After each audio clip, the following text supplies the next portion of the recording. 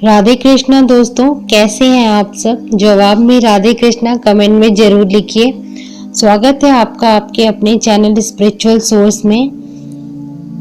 आज इस वीडियो में मैं आपको योगिनी एकादशी कब है, योगिनी एकादशी की संपूर्ण पूजा विधि, योगिनी एकादशी का पारण मुहूर्त और योगिनी एकादशी व्रत के नियम और सावधानियां बताऊंगी।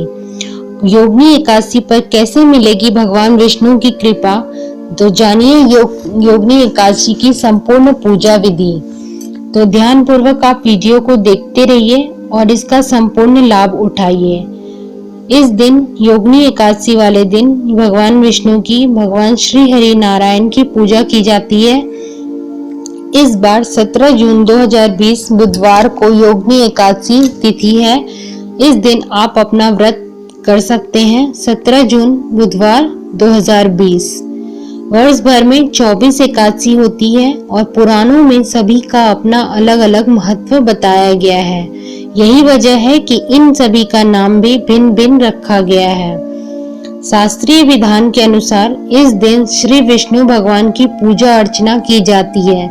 माना जाता है कि जो व्यक्ति पूरी तन्मयता के साथ भगवान विष्णु की पूजा करता है उसके समस्त पापों का नाश होता है। यहाँ तक कि पीपल के पेड़ को काटना, जिसे स्वयं भगवान विष्णु का निवास माना गया है, को काटने जैसे पाप से भी मुक्ति मिल जाती है।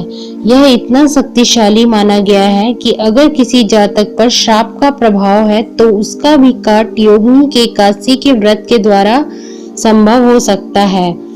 आषाढ़ मास के कृष्ण पक्ष में पड़ने वाली एकादशी को योगिनी अथवा शयनी एकादशी के नाम से जाना गया है।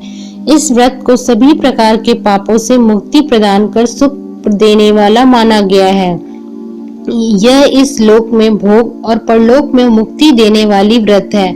यह तीनों लोकों में प्रसिद्ध है। भगवान कृष्ण ने स्वयं कहा है कि योगिनी एकादशी का व्रत करने पर 88,000 ब्राह्मणों को भोजन कराने के बराबर फल मिलता है। योगिनी एकादशी के दिन भगवान श्री नारायण की पूजा आराधना की जाती है। श्री नारायण भगवान विष्णु का ही नाम है।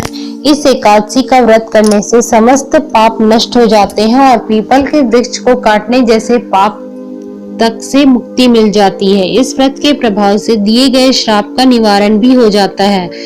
यह एकादशी देह की समस्त आदि व्याधियों को नष्ट कर सुंदर रूप, गुण और यश देने वाली मानी गई है।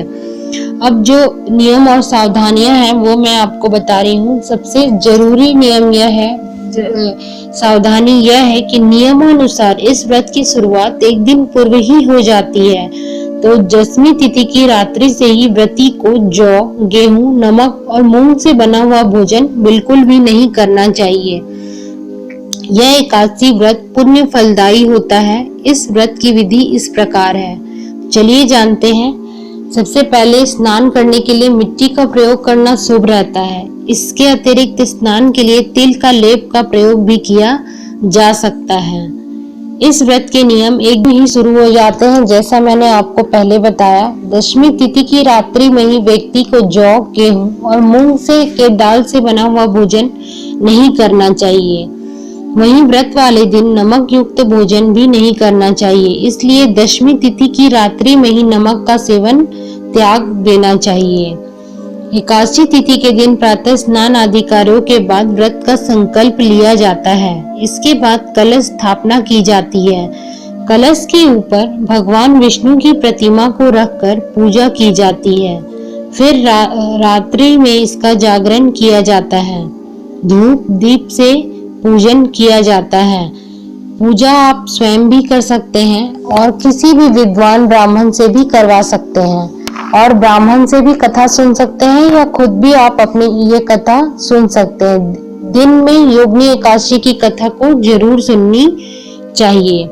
इस दिन दान धर्म करना बहुत कल्याणकारी रहता है। पीपल के पेड़ की पूजा भी इस दिन अवश्य करनी चाहिए, क्योंकि आप सभी जानते हैं कि पीपल के पेड़ में भगवान विष्णु का निवास माना गया है। रात्रि में जागरण करना भी अवश्य करना चाहिए। इस दिन दुर्व्यसनों से भी दूर रहना चाहिए और सात्विक जीवन जीना चाहिए। यह व्रत दशमी तिथि की रात्रि से शुरू होकर द्वादशी तिथि के प्रातः काल में दान कार्यों के बाद समाप्त हो जाती है।